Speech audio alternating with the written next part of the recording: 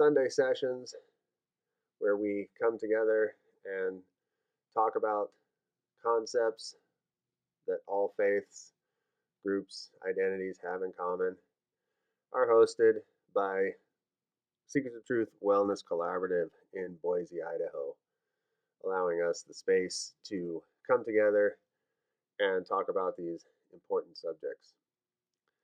Our last sessions were on the topic of faith, and faith being a very convoluted topic at times, we decided to start out with a session that was all about questioning. Do we even understand? Do we all come with the same terminology for the word faith? So we looked at questions like what is faith and why does it matter? How do people demonstrate faith?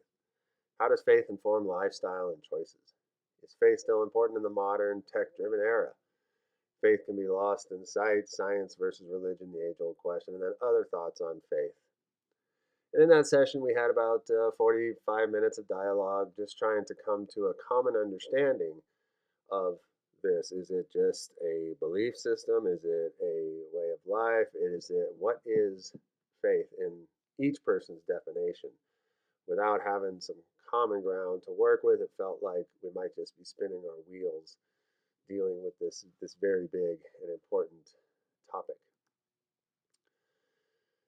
After that, we came together as usual to look at some other groups' ideas about the term faith, going through again who we are and what our purpose is, finding some common ground at its core. So the first group that we looked at were the Sufis and their ideas on faith. According to Sufi teachings, faith is primarily understood as a deep personal connection with God, achieved through love, devotion, and a mystical experience of oneness with the divine. Sufis have no set belief or disbelief. Divine light is the only sustenance of their soul, and through this light, they can see their path clear. And what they see in this light, they believe. And what they do not see, they do not blindly believe. So the ideas of seeing is believing. Quote from the bottom there: anyone can learn the outer forms of prayer and worship. Sufism seeks to develop a heart that can pray. So, a methodology behind coming together in these kinds of aspects to really give some kind of depth to what we're looking at and not going in blindly as they might want to say here. And then faith and Christianity. We took a look here at some quotes from idisciple.org. Links in all these presentations as always. Trust in God involves an internalized belief that He is omnipresent and omnipotent, supplanting the need to worry, to fear, to feel insecure, to control outcomes. This belief trumps all other beliefs. Faith that He will deliver on His promise to us is a powerful concept. The Christian faith is predicated upon the concept that trust in God through His Son, Jesus the Christ, as the way, the truth, and the life, is the solution to the problems of humanity, ultimately giving all over in this idea of faith, more falling into what some might call blind faith, whereas we saw with Sufis, they wanted to see something tangible as well in connection to that. And then lastly, we looked at Wicca in the broad sense, and Wiccans primarily express their faith through ritual practices within a sacred circle, often incorporating elements of nature like earth, air, fire, and water, celebrating seasonal holidays, solstices, and equinoxes, which is going to be huge as we go forward through this celebrations, ritual work in all different groups, outward demonstrations of faith. Wiccan faith is structured upon two equal deities, male and female, who work the balance of nature. God and goddess are seen to be equal, and that neither is superior or inferior to the other. Taken from WiccaAcademy.com. Again, I don't subscribe to maybe all of these groups and their understandings, but what my job is just to present this out there and to see that we see these concepts revolving over and over again throughout history and in current times where people are grounded in a specific belief system.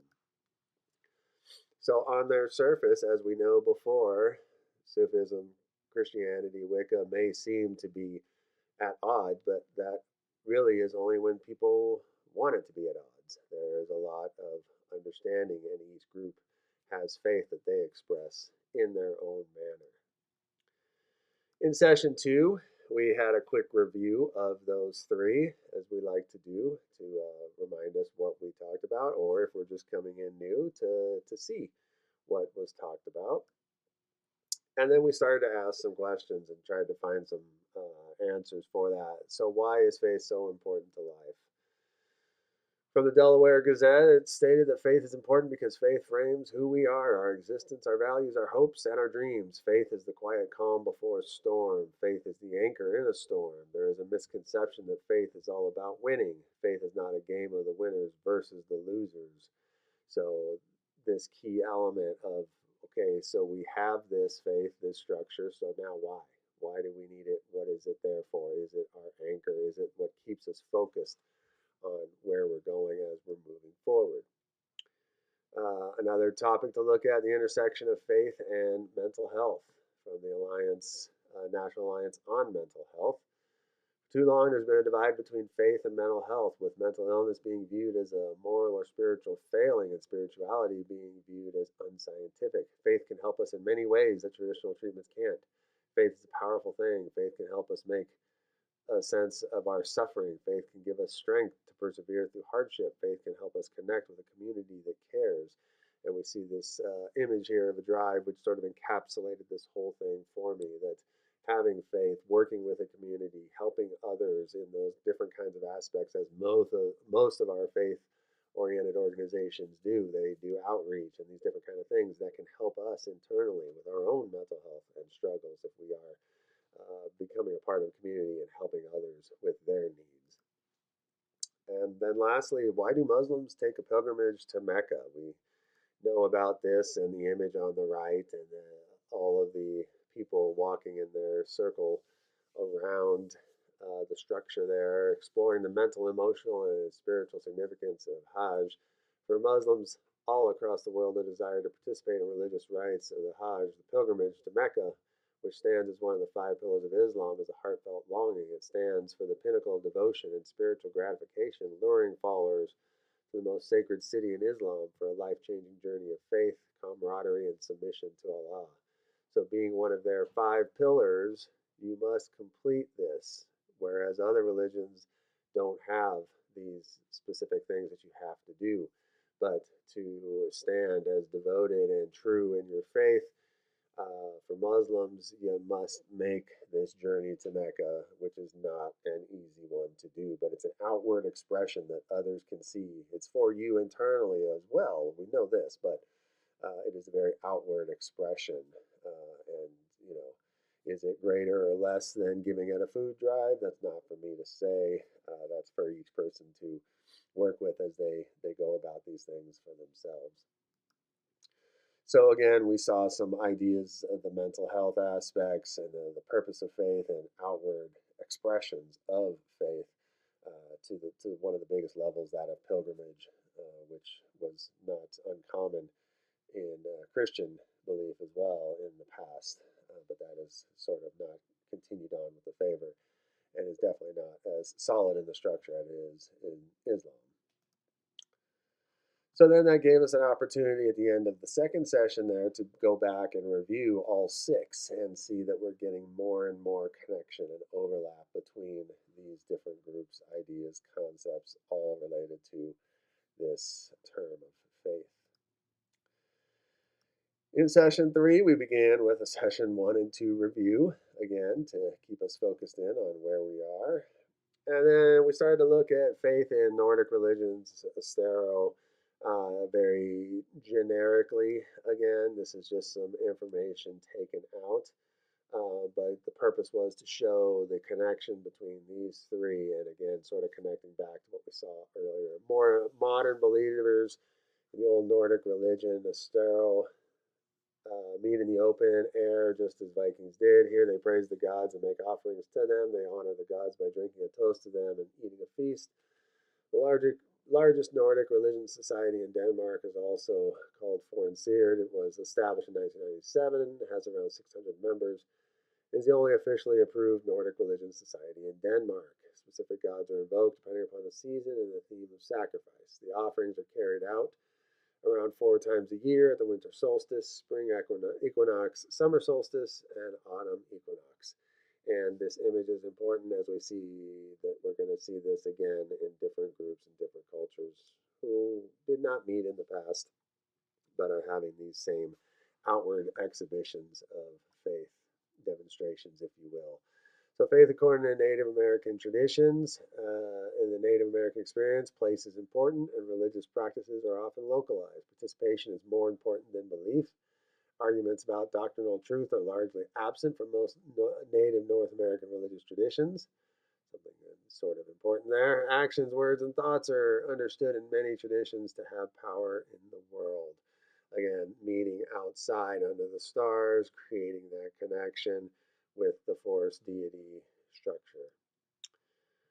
Faith and the Wheel of the Year, again, just taken as an example that has some of this structuring of these equinoxes and why they are important. The Wheel of the Year is a modern conceptualization of cyclical seasonal celebrations that follow the ebb and flow of darkness and light over the course of a year. It contains 8 holidays or Sabbats altogether, 4 solar festivals, the equinoxes and solstices, and 4 fire festivals, each Celtic in origin.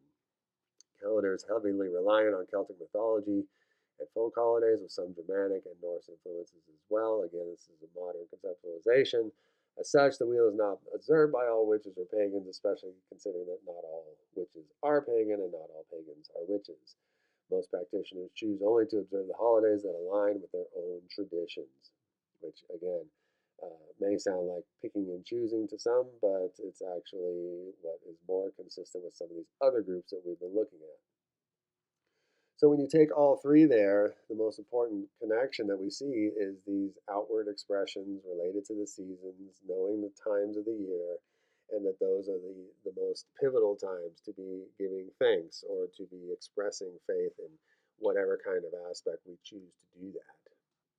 So now we've got all 9 across the board, and even when we go back to the Sufism in the beginning and those whirling dervishes there, the dances, the exploration of faith through that kind of structure and rigorous format that they have, and we have all of these different groups that are focused around specific times, even Christian communities focused around holidays, which are taken from the solstices and these equinoxes. So again, it's all a deep-rooted human belief that these groups have come to terms with across times and across continents who have never met and coexisted. They've understood that they need to have something that anchors them, as the one slide talked about, the psychological perspective on faith, having something that anchors us and brings us all into that connection that we hope that then we can let that permeate out through the world.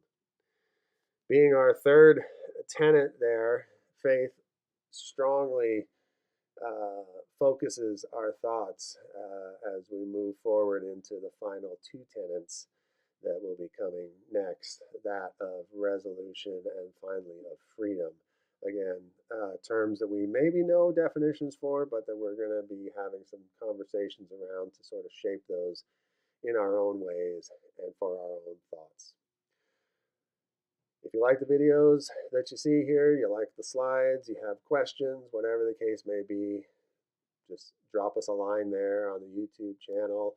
Again, don't claim to be a scholar on all of these. I'm just a seeker looking for information and bringing people together to talk about these things, and spending a little time out of our daily lives is not too much to ask, I feel, to have these very important and relevant conversations. Hope you all have a great day.